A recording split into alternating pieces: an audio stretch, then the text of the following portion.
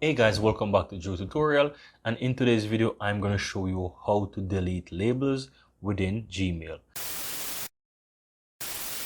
So go ahead and open up your Gmail, and once you're inside Gmail, if you have labels created, you will see them on the left side on the labels, right? So currently I have a label by the name of Core, and in order to delete this, all I have to do is just hover over where you have the number, and this will show the three dots. You want to click on this, and then the second to last option in the drop down here, you have remove label. So all you have to do is just simply click remove label, then you want to click delete, and this will delete the label. Now guys, I really hope that you found this tutorial very helpful, and if you do, go ahead and give this video a like and share your comments below. I'd really appreciate that. And if you're seeing the channel for the first time, welcome to Drew Tutorial.